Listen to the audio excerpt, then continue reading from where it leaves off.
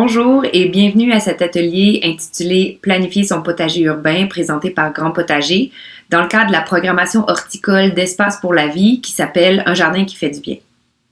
Je m'appelle Laurence Fauteux, je suis la directrice de l'OBNL Grand Potager et je vous partage aujourd'hui mes connaissances, mes trucs, mes conseils pour bien planifier l'aménagement de votre jardin potager en milieu urbain.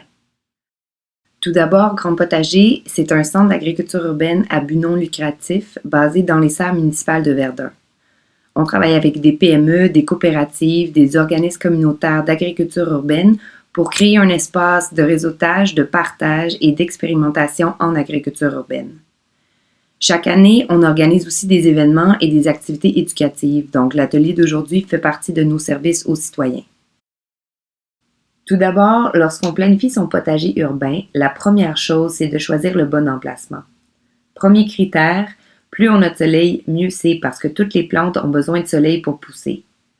Deuxièmement, est-ce que vous avez accès à un terrain ou est-ce que vous allez avoir besoin de pots pour planter votre jardin? Si vous avez la chance d'avoir accès à une cour, est-ce que la terre vous semble cultivable? Est-ce qu'elle est pleine de roches, de racines? Connaissez-vous l'historique de votre terrain? Certaines personnes, même s'ils ont accès à une cour arrière, préfèrent quand même planter dans des bacs de culture d'une hauteur d'environ quelques pieds avec une membrane de géotextile au fond pour s'assurer de faire pousser leurs légumes dans le meilleur terreau possible. Un autre critère très important pour choisir l'emplacement de son jardin, c'est l'accès à l'eau. Si vous pouvez installer votre jardin près d'un robinet, c'est l'idéal. Mais si vous n'avez pas de champlure extérieure, vous pouvez toujours installer un bac à récupération d'eau de pluie. C'est vraiment la meilleure eau pour arroser le jardin. Finalement, peu importe l'endroit dont vous disposez, il y a toujours moyen de se débrouiller et l'Internet est le meilleur endroit pour trouver de l'inspiration. Sur les prochaines diapositives, je vous ai mis quelques-unes de mes images préférées. Ici, on peut voir que la personne a utilisé des pots de différentes grosseurs et les a disposés sur différentes hauteurs pour créer un bel aménagement comestible sans avoir accès à un jardin en pleine terre. On voit aussi que la personne a placé son jardin près de la cuisine ou près de son espace de vie, ce qui est vraiment une bonne idée pour profiter pleinement de son jardin et pouvoir l'observer régulièrement. Sur la prochaine diapositive, je vous ai mis des images pour des jardins en bac ou sur un balcon. On voit que plusieurs idées intègrent le recyclage ou la récupération. L'important quand on recycle un contenant qui n'est pas nécessairement fait pour planter des plantes, c'est de s'assurer qu'il y a des trous en dessous pour laisser l'excès d'eau s'écouler lorsqu'on arrose pour éviter de noyer ces plantes. Il y a deux images qui montrent aussi comment on peut utiliser des escaliers pour aménager un potager urbain. C'est une très bonne idée parce que souvent en milieu urbain, on a accès à des petits espaces et les escaliers sont souvent des espaces perdus.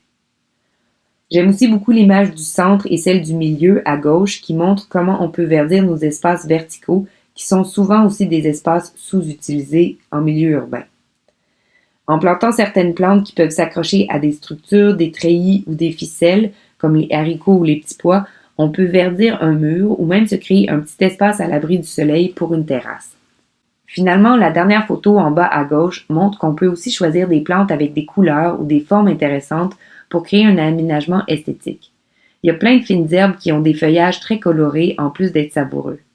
Il y a le basilic pourpre avec ses feuilles mauve foncé presque noires, le thym citronné avec des minuscules feuilles vertes au pourtour jaune ou l'origan doré avec un feuillage jaune presque vert lime. Quand on planifie un jardin en pleine terre ou avec des grandes surfaces de culture, c'est important de penser au déplacement dans l'espace. Donc, en haut à droite, on voit une grande allée principale qui permet de traverser le jardin facilement, avec une brouette par exemple, et des allées plus petites entre les bacs de culture qui n'ont pas nécessairement besoin d'être très larges, peut-être un pied et demi, mais qui permettent d'aller entretenir les plantes tout au fond du bac de culture pour que chaque pied carré de la parcelle soit accessible. Si vous vous sentez un peu perdu parmi toutes les possibilités, sachez qu'il existe des entreprises d'ici spécialisées en agriculture urbaine qui se feront un plaisir de vous conseiller. Chez Grand Potager, on a 2 membres qui se spécialisent dans l'aménagement de jardins comestibles sur mesure. Il y a Semi-Urbain, une petite entreprise familiale avec beaucoup d'années d'expérience qui peut vous accompagner dans la planification, mais aussi dans l'entretien de votre potager urbain. Un autre membre de Grand Potager, c'est l'entreprise Micro-Habitat qui offre également du service conseil pour l'aménagement paysager comestible. Chez Grand Potager, on aime vraiment leur sac en feutre, très solide et pratique pour un jardin temporaire, qui peut facilement se déplacer ou pour planter n'importe où. Ces deux initiatives montréalaises ont une boutique en ligne et je vous encourage fortement à aller visiter leur site web pour découvrir ces entreprises d'ici avec un service conseil exceptionnel. Une fois que vous avez choisi l'emplacement de votre jardin, c'est le temps de préparer le sol. Si vous jardinez en pleine terre, la première étape serait d'enlever le gazon et d'ameublir la terre en dessous avec une pelle, une fourche, une grelinette ou tout autre outil pour vraiment briser les mottes de terre et rendre la terre légère, moins dure pour que les plantes puissent pousser et développer leur système racinaire. Le but, c'est vraiment de décompacter le sol. En même temps que vous décompactez le sol, vous pouvez déjà commencer à créer les allées où vous allez marcher. En identifiant les allées avec des feuilles de carton ou des copeaux de bois, vous voyez vraiment clairement les endroits où vous pouvez marcher pour vraiment garder la parcelle de jardinage bien aérée. Une fois que la terre a été décompactée, vous pouvez ajouter le compost à la surface du sol. C'est bien important de calculer la superficie de votre jardin en pieds ou en mètres carrés avant de vous rendre en magasin pour s'assurer d'acheter le bon nombre de sacs de compost. Vous pouvez ensuite utiliser un râteau pour incorporer le compost à la surface de la terre pour l'aider à s'intégrer dans le sol que vous aurez décompacté pour que le compost commence à libérer ses éléments nutritifs. Je vous conseille de faire la préparation du sol au moins une semaine avant de commencer la plantation pour que la terre et le compost aient le temps de s'apprivoiser, pour que les micro-organismes du sol et les bactéries du sol aient le temps de se développer et que vous soyez vraiment prêt au moment de planter. Si vous plantez un jardin en pot, je vous recommande la recette suivante.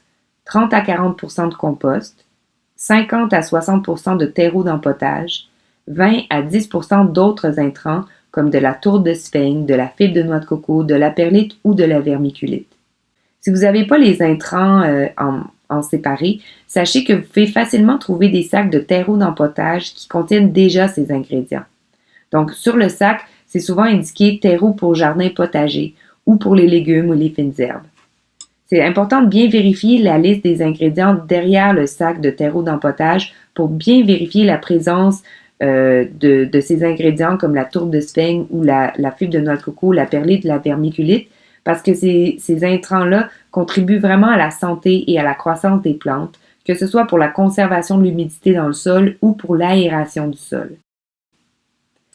Si vous planifiez faire un jardin en pot, je vous recommande de lire et de consulter le guide publié par Alternative sur la culture en pot. C'est vraiment un guide qui est très bien construit, qui contient toutes les informations dont vous aurez besoin. C'est vraiment la Bible du jardinage en pot. Une fois que vous avez choisi le bon emplacement pour votre jardin et que la terre est préparée, c'est le moment de choisir ce que vous allez planter. Oui, le soleil, c'est un facteur déterminant, mais il y a aussi d'autres critères qui peuvent guider votre choix de plantes, comme par exemple, quelles sont vos préférences alimentaires? Qu'est-ce que vous aimez manger? Qu'est-ce que vous aimez cuisiner? L'important en agriculture urbaine, c'est avant tout de profiter de votre jardin pour manger santé et manger frais. Donc, faites une liste de ce que vous mangez et achetez régulièrement à l'épicerie et choisissez ces plantes-là pour votre jardin. Parlant d'épicerie, la disponibilité, le prix et la fraîcheur des aliments que vous pouvez y retrouver peut aussi vous aider à choisir vos cultures dans votre jardin. Les tomates cerises, par exemple, sont souvent dispendieuses et manquent parfois de goût en épicerie. Dans un jardin potager en milieu urbain, elles produisent beaucoup tout au long de la saison et le goût est vraiment meilleur que ce que vous pouvez trouver à l'épicerie. Une autre bonne idée pour un jardin en milieu urbain, ce serait les fines herbes. Souvent, à l'épicerie, elles se vendent en grosses bottes alors qu'on a seulement besoin de quelques branches ou quelques feuilles pour une recette. En plus, les fines herbes à l'épicerie manquent souvent de fraîcheur, alors qu'au jardin, vous récoltez ce dont vous avez besoin, quand vous en avez besoin, et le goût, encore une fois, est incomparable. Une fois que vous avez votre liste de ce que vous aimez manger et cuisiner, c'est sûr que le soleil va être un facteur déterminant pour choisir les plantes qui pousseront bien dans votre jardin. Sur les prochaines diapositives, je parlerai des besoins d'ensoleillement de différentes plantes pour vous aider à choisir celles que vous allez mettre dans votre jardin. Quand on a un jardin ensoleillé, on parle d'un jardin qui reçoit plus de 8 heures de soleil direct par jour. Dans ce genre de jardin, vous pouvez vraiment planter de tout et n'importe quoi parce que toutes les plantes ont besoin de soleil pour pousser. Donc, les plantes que j'ai incluses sur cette diapositive sont vraiment des plantes qui ont absolument besoin de 8 heures d'ensoleillement direct par jour au minimum. Ce sont des plantes qui produisent des gros fruits, des fruits qui prennent du temps à venir à maturité sur la plante. Donc, c'est des plantes qui ont vraiment besoin de beaucoup de soleil pour avoir beaucoup d'énergie pour nourrir ces fruits-là qu'on va consommer. Si vous avez plutôt entre 4 et 8 heures de soleil par jour, je vous recommande de choisir plutôt des plantes qui produisent des feuilles qu'on mange. Ces plantes, en fait, préfèrent un peu moins de soleil parce que les rayons peuvent abîmer leurs feuilles tendres. Et même si elles manquent un peu de soleil, par exemple si vous avez vraiment juste 4 heures de soleil direct par jour, ces plantes-là vont quand même produire un feuillage, donc vous aurez toujours de quoi récolter. Pour les plantes qui préfèrent les jardins moins ensoleillés, j'ai mis les fines herbes, qui sont vraiment une autre de mes cultures préférées en agriculture urbaine. Dans un jardin mi-ombragé, on peut aussi produire tous les légumes-feuilles comme les épinards, les salades, les laitues.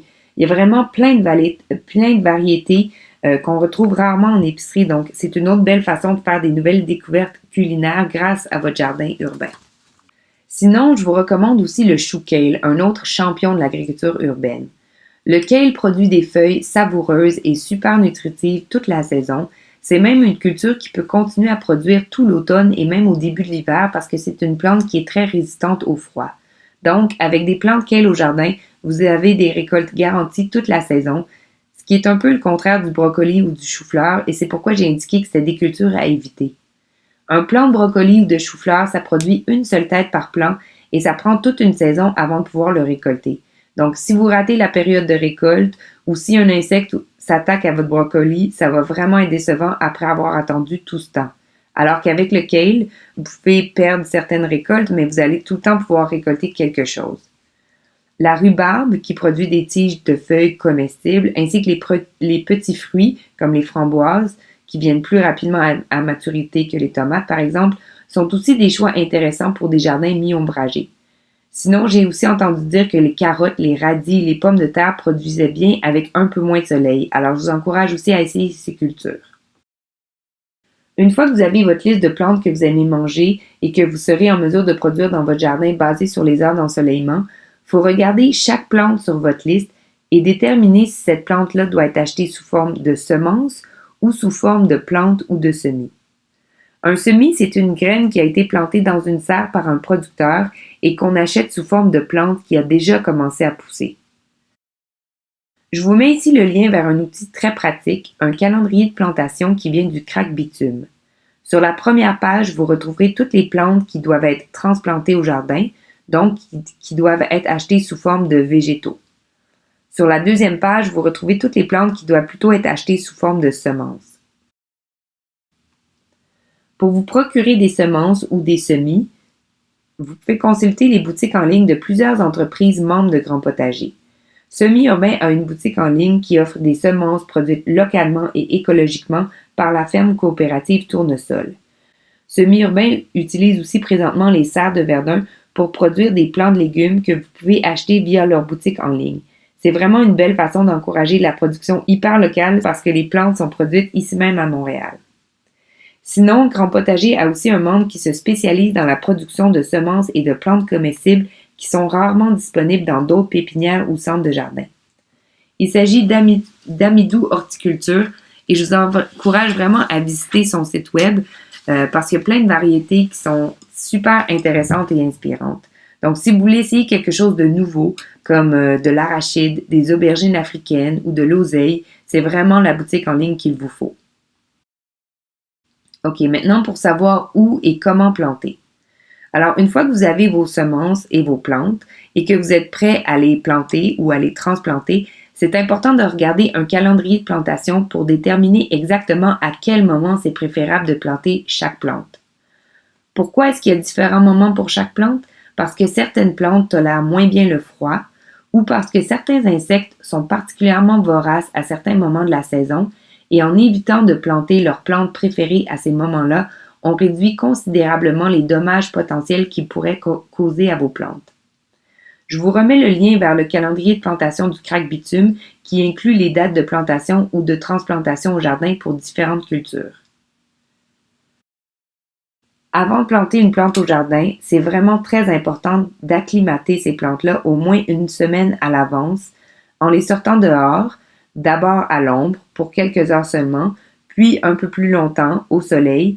Et c'est même une bonne idée de les laisser une nuit au complet dehors avant de les transplanter pour être sûr que ces plantes-là ne subiront pas un choc thermique trop important les premiers jours suivant la transplantation. Finalement, c'est important de respecter la bonne distance entre les plants au moment de la plantation ou de la transplantation. C'est sûr que les premiers jours, votre jardin aura peut-être l'air un peu vide, mais faites-moi confiance. Au fil de la saison, tout cela va se mettre à pousser et à prendre beaucoup de place et vos plantes ont vraiment besoin de tout l'espace pour continuer à pousser en santé.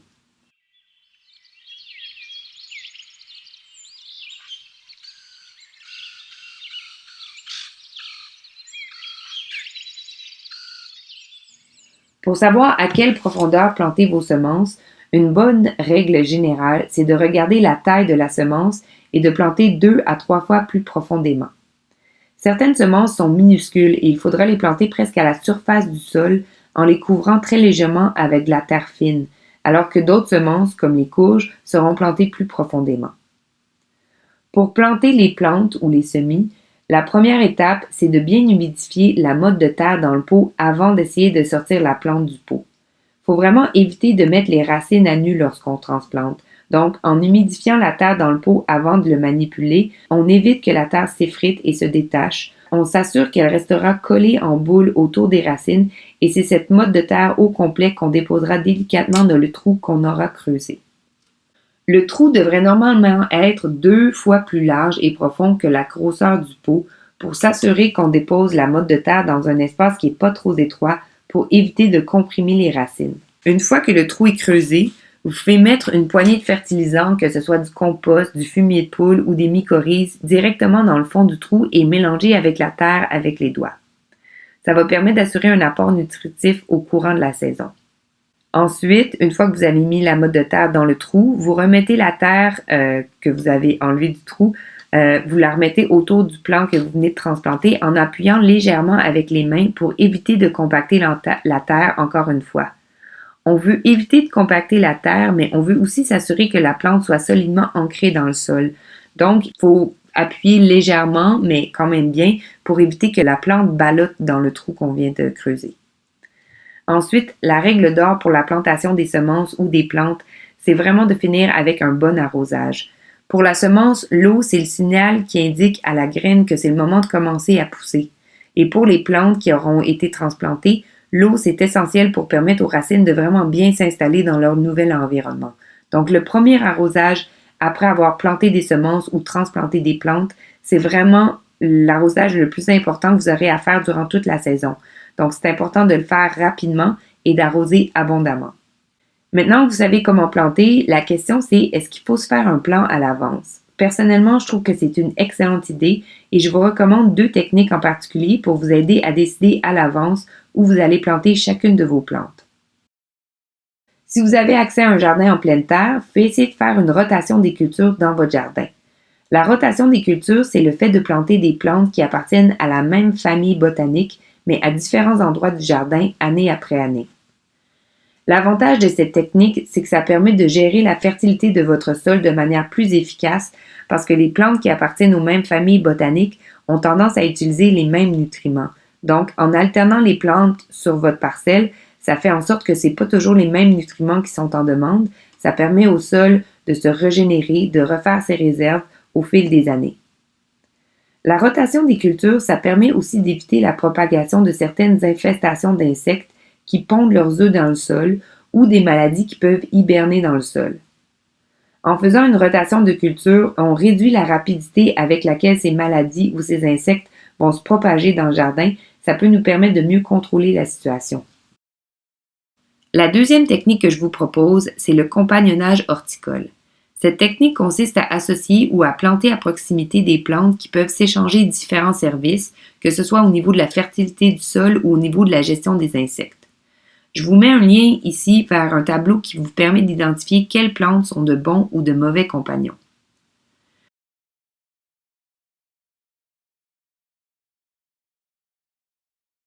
Le compagnonnage horticole permet encore une fois de mieux gérer la fertilité de votre sol en plantant à proximité des plantes qui ne vont pas utiliser les mêmes nutriments en même temps, mais ça permet surtout d'augmenter la biodiversité au jardin.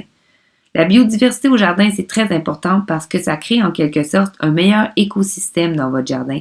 Ça crée un milieu qui est plus diversifié et donc plus en mesure de s'adapter aux problèmes qui pourraient survenir dans votre jardin au courant de la saison. Quand on a une bonne biodiversité, souvent on se retrouve avec une communauté d'insectes plus variée et certains insectes sont même bénéfiques au jardin. Ils peuvent vous aider à polliniser vos plantes, donc à avoir de meilleures récoltes, mais aussi à réduire les populations d'insectes qui pourraient s'attaquer à vos plantes. Les coccinelles, par exemple, raffolent des pucerons. En plantant certaines plantes qui attirent les coccinelles dans votre jardin, vous attirez un insecte qui va manger vos pucerons et vous aider à contrôler les potentielles infestations de pucerons. Une façon très simple d'appliquer le compagnonnage dans votre jardin et de créer une belle diversité, c'est de planter des fleurs, des fines herbes, des plantes médicinales ou toute autre plante entre vos plants de légumes. Les 2 dernières diapositives, c'est vraiment mes conseils pour faciliter l'entretien de votre potager urbain durant toute la saison. Au niveau de la plantation, le but, c'est vraiment de promouvoir la biodiversité au jardin, de planter différentes sortes de plantes côte à côte pour créer un écosystème plutôt qu'une monoculture. C'est très important aussi d'acclimater vos plantes et de les planter au bon moment pour éviter les chocs thermiques ou l'arrivée de certains insectes au printemps. Au niveau de l'arrosage, le mieux c'est d'arroser abondamment à chaque 2 ou 3 jours, d'arroser le matin pour laisser le temps à vos plantes de bien sécher durant la journée et idéalement d'utiliser une eau tempérée, pas glaciale, pour éviter les chocs thermiques aux racines. C'est aussi très important d'arroser sur le sol directement, près des racines, et d'éviter d'arroser le feuillage pour éviter de laisser les plantes humides en plein soleil ou trop souvent. En général, c'est mieux d'arroser beaucoup, moins souvent, plutôt que d'arroser un peu chaque jour, parce que ce qu'on veut, c'est que les racines se développent vers le bas pour aller chercher l'eau en profondeur, plutôt qu'elles se développent à la surface, ce qui pourrait les rendre vulnérables aux coups de vent ou aux tempêtes. Pour conserver l'humidité de votre sol, c'est une excellente idée de mettre du paillis, donc soit des feuilles mortes ou de la paille, mais c'est important aussi de laisser la tige de vos plantes un peu dégagée pour éviter l'humidité encore une fois. Concernant la fertilisation, la règle générale, c'est de mettre du compost dans votre sol avant de planter, mais vous pouvez aussi utiliser d'autres formes de fertilisation écologique tout au long de la saison pour éviter d'affamer les plantes au courant de la saison. Donc, une plante qui a faim ou qui est en carence, c'est une plante qui est vulnérable aux maladies ou aux insectes. Régulièrement au courant de la saison, vous pouvez ajouter du compost en surface en faisant attention de ne pas abîmer les racines, ou des fertilisants liquides comme des algues, de l'émulsion de poisson, des purins ou du thé de vermicompost. Grand Potager a créé un atelier virtuel gratuit sur le sujet et je vous invite à consulter notre page Facebook ou notre site web pour plus d'informations. Concernant l'entretien hebdomadaire, à chaque fois que vous passez dans votre jardin, ou au moins quelques fois par semaine, c'est important d'enlever les mauvaises herbes, oui, mais c'est aussi important de retirer les feuilles mortes, malades ou endommagées et de vraiment garder le jardin propre pour éviter la propagation des maladies. Une tâche que vous pouvez faire avant chaque arrosage, c'est aussi de gratter le sol avec une binette. Donc ça, c'est le petit instrument à main qui ressemble à une fourchette pour vraiment briser la croûte à la surface du sol pour aider l'eau à mieux pénétrer dans votre sol de manière uniforme. Si vous ne grattez pas cette croûte de surface régulièrement, vous allez remarquer la formation de crevasses dans la terre. Et lorsque vous arrosez, toute l'eau va avoir tendance à s'infiltrer dans ces craques et donc votre jardin ne sera pas arrosé de manière uniforme. Au niveau des récoltes, c'est important de cueillir les fruits quand ils sont mûrs, bien sûr, parce qu'ils seront beaucoup plus savoureux, mais les fines herbes en particulier ont besoin d'être récoltées plus fréquemment pour éviter qu'elles ne fleurissent et que les feuilles deviennent amères. Donc, pour les fines herbes, récoltez toujours le haut des tiges pour favoriser la création de nouvelles branches, ce qui vous donnera des plants plus touffus, mieux garnis et surtout enlever les bourgeons de fleurs dès qu'ils apparaissent pour conserver le goût de vos fines herbes pour éviter que les feuilles deviennent amères. Pour les salades ou les légumes-feuilles, par contre, c'est très important de ne pas récolter le haut des tiges parce que c'est là que les plantes produisent leurs nouvelles feuilles. Donc, pour les salades, les verdures, le kale, vous récoltez toujours les feuilles au bas de la tige pour que la plante puisse continuer à produire de nouvelles feuilles en hauteur. Une autre tâche que vous pouvez faire lorsque vous récoltez vos plants de tomates, c'est d'enlever les gourmands sur les plants pour que la plante puisse concentrer son énergie sur la production des fruits et non sur la production des feuilles ou des tiges. Vous pouvez trouver plein de vidéos en ligne pour vraiment bien comprendre c'est quoi un gourmand, comment les identifier et comment les enlever sur les plants de tomates. Finalement, au niveau de la gestion des insectes et des maladies, l'important c'est d'éviter les diagnostics rapides, de procéder par essai-erreur et surtout d'observer votre jardin souvent pour vraiment détecter les problèmes dès leur apparition et constater leur évolution. Faites vos recherches sur Internet et essayez d'identifier le problème avant d'essayer de le régler. Le but, c'est toujours d'essayer de contrôler la situation avant d'avoir à utiliser une méthode plus agressive, comme l'utilisation de pesticides, même écologiques. Lisez bien les indications sur n'importe quel produit que vous utilisez avant de l'utiliser, parce que même les produits écologiques peuvent avoir des impacts sur notre santé et sur nos plantes. Donc, respectez bien les dosages et les méthodes d'application. En terminant la présentation, je voulais vous rappeler qu'un jardin qui fait du bien, c'est d'abord et avant tout un jardin qui vous permet de sortir dehors pour profiter du plein air, de faire une activité créative pour agrémenter votre routine, votre espace de vie. Le but, c'est de produire des produits frais, santé et savoureux que vous allez pouvoir déguster en famille ou partager avec des amis. Et c'est aussi de développer une compréhension des enjeux qui touchent notre système alimentaire de près ou de loin. Je vous encourage vraiment à vous lancer dans l'aventure de l'agriculture urbaine cet été. Essayez de faire pousser n'importe quoi sur votre balcon, dans votre cour, dans des pots sur le rebord de vos fenêtres. C'est sûr que vous allez y trouver un plaisir. Vous pouvez suivre la page Facebook de Grand Potager pour avoir d'autres informations sur le jardinage écologique en milieu urbain, ou vous pouvez vous inscrire à notre infolette sur le site web de Grand Potager pour recevoir plus d'informations sur notre organisme et sur d'autres projets inspirants de l'agriculture urbaine montréalaise. Merci d'avoir été là et je vous souhaite de passer un excellent été.